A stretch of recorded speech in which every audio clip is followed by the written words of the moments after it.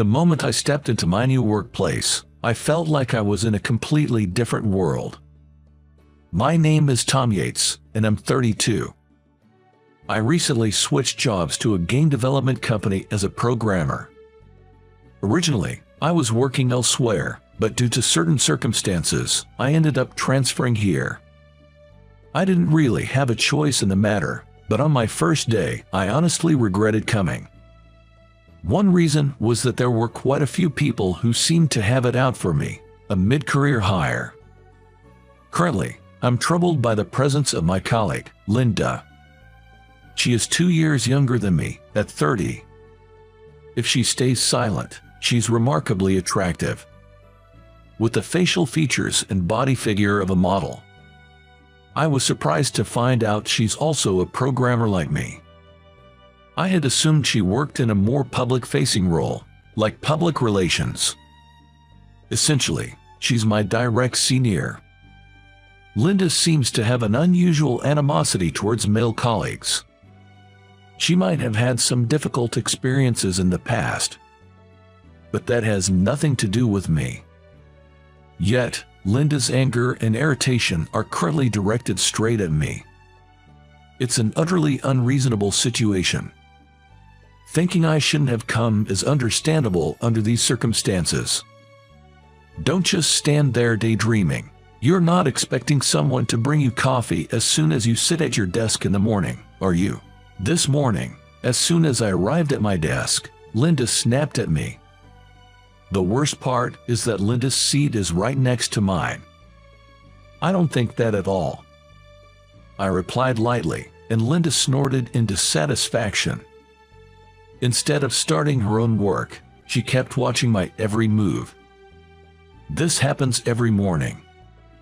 Looking for mistakes, nitpicking. Even if it's not a mistake, or if it's not done her way, she exaggerates and gossips to everyone. Because of Linda, I seem to have been labeled as the incompetent team member in this workplace. I'm stuck doing menial tasks and running errands every day. The person who brought me to this company was my middle school friend, Nathan Carter. We went to different colleges, so I don't know how Nathan spent his university days. He founded this game company during his college years and has been here ever since. The first time we got back in touch after a long while was 6 months ago. He asked for my help to improve the quality of the programming team. I joined this company, intending to lend a hand for Nathan's sake. I told Nathan not to give me any special treatment when I joined, because I wanted to interact with my colleagues without any preconceptions. However, Linda has significantly derailed that plan. I'm racking my brain about what to do next. Everyone was saying President Carter poached you from another company, so we were all expecting some kind of genius to show up. But what we got was just an errand runner. Huh? Linda deliberately spoke to me in a loud voice, making sure others could hear. It was obvious to anyone that she was speaking loudly so that the other colleagues could hear her. Responding in anger would be childish. I've decided to ignore Linda's remarks, but her persistence in picking on me is truly relentless. Are you ignoring me? I'm talking to you, Tom. I might be younger, but in this company, I'm your senior. A little respect wouldn't hurt, she said, annoyingly. This must be what they call an annoying nag. I just smiled slightly at Linda and continued to ignore her. As if nothing had happened, I turned on my computer and started my day's work. You better take your work seriously. You'll never catch up to us otherwise, Linda said, sensing my lack of response, and then she left her seat. Finally, I can work in peace. I sighed a small sigh of relief. Hey, you look down, Nathan said. After enduring Linda's sarcasm all day, I was completely drained by the evening. Even though I was out for dinner with Nathan for the first time in a while, I seemed to be lost in thought. Did I look that way? Just a bit tired, I replied. Maybe you're just not used to the air in America anymore, Nathan said with a meaningful smile. From his expression, I could tell he was still holding on to the fact that I had quietly applied to and attended a university abroad. "What's with that tone? You still holding a grudge?" I asked. Nathan is usually a straightforward and good guy, but he becomes a different person when this topic comes up. It seems Nathan had his own plans. He wanted us to attend the same university and start a company together. That was Nathan's plan and dream. He should have told me something so important sooner. Expecting someone to read between the lines is not how things work here. I went to a university abroad because I wanted to experience something new. I always felt that I fit in better abroad than in America. I'm not very attuned to the subtle emotions of others, so that's what I thought vaguely. But there's another reason I've never told anyone. Because you went abroad for university, my startup was delayed by 2 years, Nathan said, his eyes slightly unfocused from the wine. "Hey, aren't you drinking too much? You've never been good with alcohol," I cautioned him as he reached for the wine bottle to refill his empty glass. "I only drink like this here. Maybe it's the owner's taste, but the wine and the food are so good that I always end up drinking too much," Nathan said. I couldn't help but agree with Nathan's words. This was the first place Nathan brought me to after I returned to America, and it's a very comfortable place. The creative French cuisine served here is unbelievably delicious. The wine selected to accompany the meal is almost gone from the second bottle. "It makes me happy to be praised by Nathan," a young woman's voice said from behind me. Nathan raised his hand slightly towards the owner of the voice. "Since I praised you, today's on owner Madison," Nathan joked. The woman laughed from the back of her throat at Nathan's light-hearted comment. A woody fragrance wafted past my nose. "Nice to meet you. I'm Chris Madison," the woman said with a smile, peeking at my face. Hearing the name she introduced, I was taken aback. It was because I had seen the name on the contract. Owner Madison is a woman. I had totally assumed it was a man. Surprised too much, my true thoughts accidentally slipped out, and I quickly covered my mouth with both hands. Chris laughed heartily, perhaps finding me amusing. She then pulled up a chair and sat down next to me. "It's because my name is Chris. I often get that reaction." Resting her elbows on the table and looking up at me with a mischievous gleam in her eye, she seemed to glare at me playfully. Despite saying she often hears it, she appeared somewhat displeased. "But Chris is such a beautiful name for a woman, isn't it?" Without any flattery, those words just slipped out. I was surprised at myself. Chris seemed just as surprised, her eyes widening even more. "I'm happy even if it's just flattery. Thank you," she said with a smile, looking very attractive to me. Her expressions changed so naturally and sincerely, making her incredibly likable. The one who provided the funds for my startup on a whim was Chris here, so she's also the owner of my company, and she owns this place too, Nathan explained. From Nathan's tone, it seemed Chris was quite the entrepreneur. She must have a knack for business. Yet, she looked younger than us. When Nathan was in college, she might have still been in high school or even in middle school. How she managed to come by enough funds to start a business just like that was a mystery. The mystery only deepened. "Don't worry, it's not shady money," Chris said with a chuckle as if she could read my thoughts. "The only thing I've figured out from our first meeting," I said. "You've figured out something already," Chris responded, sounding pleased. It made me think she was someone who enjoyed conversation. "I've realized you're a woman full of mysteries," I replied. Chris smiled enigmatically at my response. Chris laughed meaningfully at my response.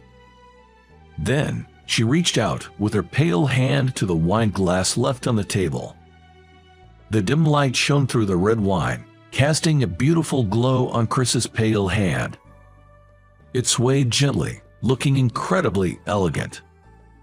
I watched Chris slowly take a sip of wine, vaguely aware of my excitement about what she would say next. Men are silly. Women are made of mysteries. A woman who can be fully understood is hardly worth mentioning, she replied. Her response struck a chord with me. After being nagged and criticized all day, I couldn't help but cherish this moment of enjoyable conversation even more. Hey, am I intruding here? Nathan interjected, sounding a bit disgruntled, as if he felt left out of the conversation between Chris and me. Are we being a bother? Maybe we are.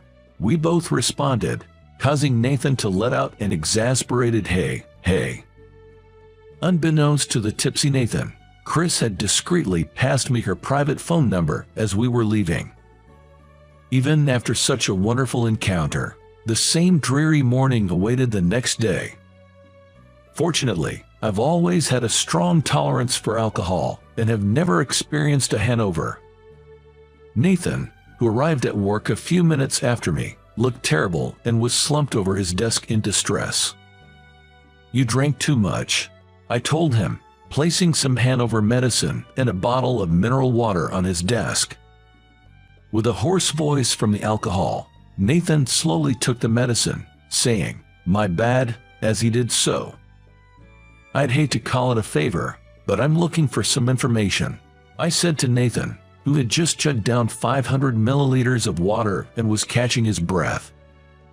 I can give you any information about Chris. I've been sworn to secrecy, Nathan replied, prompting me to click my tongue in frustration. It seems Chris got ahead of me. Now, figuring out how to approach this situation becomes a troubling dilemma.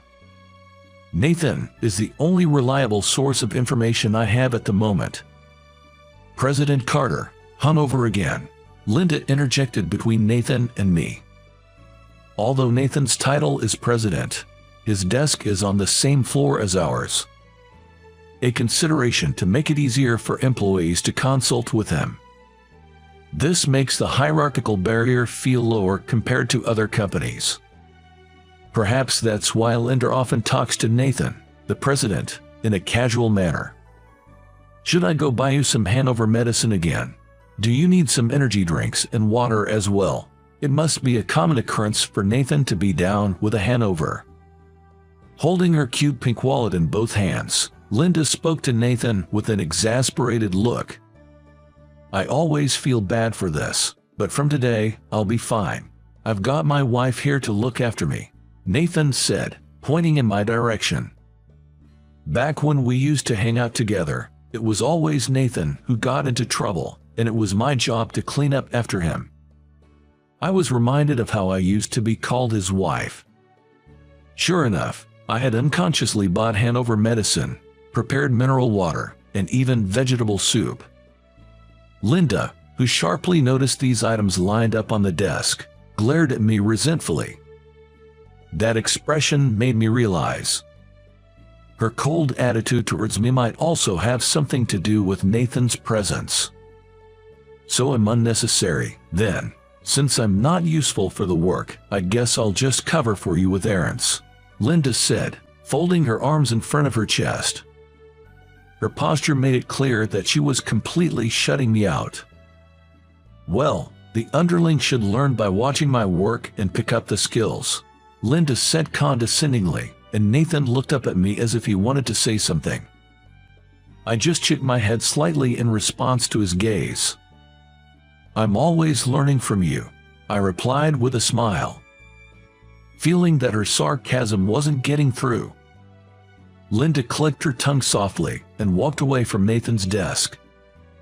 As I watched her retreating figure, Nathan asked, "Is that okay with you?" "For now, it's fine. I have my own plans," I reassured him. Nathan must have felt something, seeing his close friend belittled in front of him. But revealing my true intentions isn't timely yet. I was called back by Nathan to grasp the situation within the company and the technical capabilities to root out any bad elements.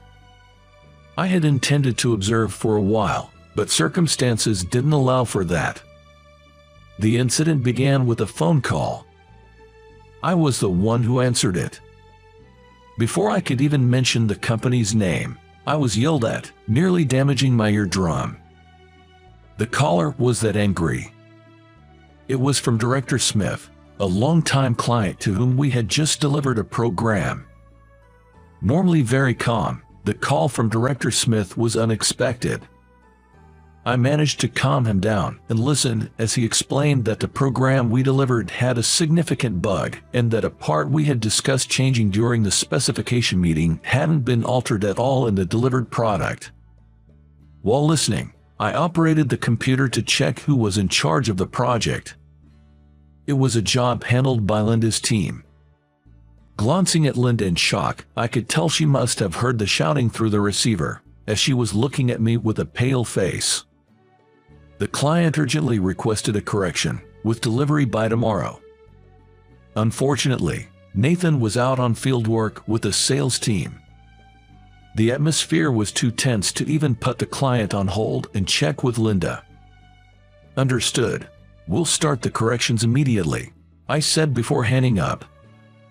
Linda rushed over to me after I put down the receiver. Don't just accept it on your own. There's no way we can meet a deadline by tomorrow. If we fail, our reputation will plummet. Linda's face was pale as she continued to berate me. It seemed like she was maintaining her emotional balance by berating someone else. That's the impression I got. But this is work. There's no room for shifting blame or making excuses. Weren't you the project leader? How do you plan to resolve this? I asked, looking straight into Linda's eyes. She seemed a bit intimidated by my intensity and took a step back. But Linda isn't the type to back down. She quickly regained her composure and yelled back at me.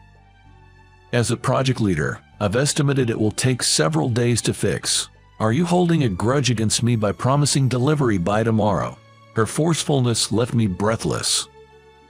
The client seemed to have no time to wait for several days. Bugs are one thing, but a mistake in the specification changes is inexcusable. It's evidence that the project team's coordination was poor. I counted, and Linda bit her lower lip, unable to respond.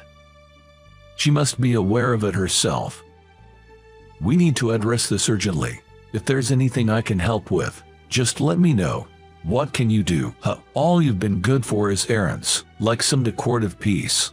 Linda dismissed my offer, her face still pale as she gave a mocking smile. She seemed intent on belittling me at every turn. Just as I was about to protest, a voice cut in, stealing my line. Well, it's a big mistake, but with Tom here, we'll be fine. I'm glad to have a genius programmer with us. I'm counting on you. It must have been a direct complaint from the client. Chris then appeared in the office. Owner Madison's arrival instantly heightened the tension in the room. Following Chris, Nathan hurried back from his field work. Owner Madison, with all due respect, what makes this man a genius programmer? He hasn't been of any use since he joined until today. Linda spoke to Chris with a tone of mockery. Why don't you see for yourself from now on? At Chris's cue, Nathan started giving orders. He instructed that the program data be handed over to me immediately, and Linda resisted with a shocked expression. President Carter, are you serious? Letting Tom handle the correction instead of me? He won't solve it even if he had a month, Linda protested vehemently. Nathan dismissed her with it's an executive order. With the president's command, Linda had no choice but to comply. Reluctantly, she sent me the data. The mistake in the specification change was a simple communication error, a clear human error. This is something we'll need to improve going forward. I reviewed a program data that arrived. It was likely constructed by Linda. A feminine, beautiful, and flexible program. but within it was an anomaly that seemed to have been intentionally inserted. This I could quickly locate and correct. We can meet the deadline by tomorrow. Please review the changed specifications. Without taking my eyes off the screen, I addressed Linda in that manner. My fingers continued to glide across the keyboard. Linda, who had inhaled sharply as if to defy my words, stopped in her tracks as she watched the code flow on my screen. Overwhelmed by the program I was writing, she kept repeating, "How can this be?" in a faint voice. "Why, that's a silly question. Didn't they say they hired a genius programmer?" Chris said to Linda, who was taken aback. Then, in a voice loud enough for the other employees to hear, Chris spoke about my background at a major IT company abroad and how I was recruited to improve the current internal situation. "I've been hearing about the recent state of affairs inside the company from Nathan. Too many are sitting comfortably at the top, lacking humility and meticulousness in their work. I don't want to invest in a company with such employees. I want Tom to clean house. That's what I'm thinking," Chris said, causing more than one or two faces to change color. This deliberate bug was probably set up by someone to frame Linda. Although Linda has her issues personality-wise, her skill as a programmer is on par with Nathan's. My assessment was that she wouldn't normally make such a mistake. "I'll provide the funds. Please resolve this issue promptly," Chris said that, patted Linda on the shoulder, and left the office. She probably went to see the client. "Linda, please help me. It's difficult for me to meet the deadline alone," I said to Linda, who was still in a daze. Startled by my words, Linda snapped back to reality. Reluctantly, she sat down beside me and began to work. And she said thank you in a soft voice. It was a voice only I could hear, but I'm sure that's what she said. It turned out to be an all-night effort, but by the time the morning sun rose, we had corrected both the bug and the specification changes. I believe the speed was unparalleled by other companies. My eyes were sore, and my shoulders felt as stiff as steel. "You did well. We made it in time. I knew I could count on you," Nathan said, offering me an energy drink. He, too, had bags under his eyes. While we were making the corrections, Nathan had identified and decided on a punishment for the person who had planted the bug. The culprit was a mid-level male employee who was jealous of Linda's advancement. Originally Linda's mentor, he couldn't accept being surpassed in skill and position by his protege. Jealousy is an ugly thing, no matter how you look at it. "Did you talk to him about leaving?" I asked about the punishment. Nathan nodded quietly. "I see." It was evident from his expression that it was a difficult decision for the compassionate Nathan. "President Carter, would you like some coffee?" Linda offered coffee to the tired Nathan with gentleness. Nathan happily accepted it. Then, without a word, Linda also offered me a cup of coffee. I accepted it with a wry smile, and for once, her usually cheeky eyes softened with a smile. "I wish I had a partner who could offer me coffee when I'm tired like this," I teased her, and Linda's ears turned red. "Don't expect that from Chris. She's useless for anything but making money," Nathan said about owner Madison, but it wasn't meant as an insult. It was clear from his affectionate tone. During the all-nighter, Chris called a few times. She was entertaining the client at that wine place, keeping them in good spirits. Thanks to her, we weren't rushed or disturbed by complaints during our work. It was truly a relief. "It's finished, you say. Congratulations. I've finished up on my end too and tossed everything into a taxi." Chris entered the office, seemingly a bit tipsy, her steps uncertain. She handed me a sandwich made by the chef of that restaurant, saying it was a treat. "It seems there's soup inside the thermos, which retains heat well." It was a welcome provision for our tired bodies. "Looks like you were drinking until just now, Huh? All I can do is entertain and spend money to make sure no one complains. Chris laughed, claiming she had no other talents. But thanks to this talent, I was able to forcefully draw my destiny towards me, she said with a smile directed at me. Caught off guard by her sudden remark, all I could do was look puzzled. Linda, intrigued, jumped into the conversation. Are you talking about Tom as your destined partner? Huh? This was news to me as well. Look at Tom's face. He looks like a pigeon that's been shot with a beam. Chris laughed, holding her stomach as she looked at me. What does that mean? With a sly smile, Chris whispered, it's a secret until you remember, and placed her index finger over her lips. After the delivery in the afternoon, I was exhausted and fell asleep in the rest area, where I dreamt for the first time about the day I was leaving for abroad. A girl with a mature face crossed in front of me, being seen off by my parents. Her slender chin and porcelain-like pale skin caught my eye.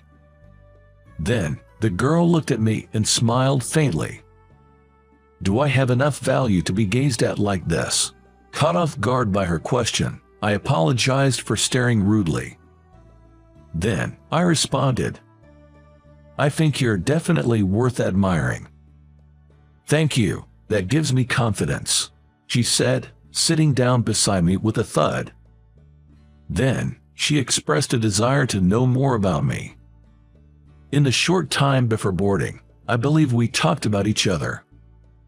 I was heading to Oxford University, and she was going to England to learn about her grandfather's business in the financial district, as I recall. I want to live surrounded by things I love, doing what I love, she laughed, stating her only wish. When the boarding announcement came, she stood up and stared at my face. Then she said, I appoint you as my destined person. I've decided now that you, who called me beautiful, are my goal. Be prepared. The face of the girl who laughed mischievously overlapped with Chris's as I woke up. Yes, good morning. I startled as Chris's voice came from right beside me. Did you remember anything about me? It was quite a task to find you. Really? Were you looking for me? My question came out awkwardly, overwhelmed by surprise. Oh yes, I spent a fortune hiring 6 detectives. All I had was information about Oxford University. Chris laughed, then confided in me about her next plan. The second phase of the plan is to make you fall in love with me. She said this with a serious face, even though that stage had long been surpassed. How should I convey this fact to her? What kind of expression would she have when I tell her? Excited, I carefully chose my words, hoping they would be the best possible answer for her.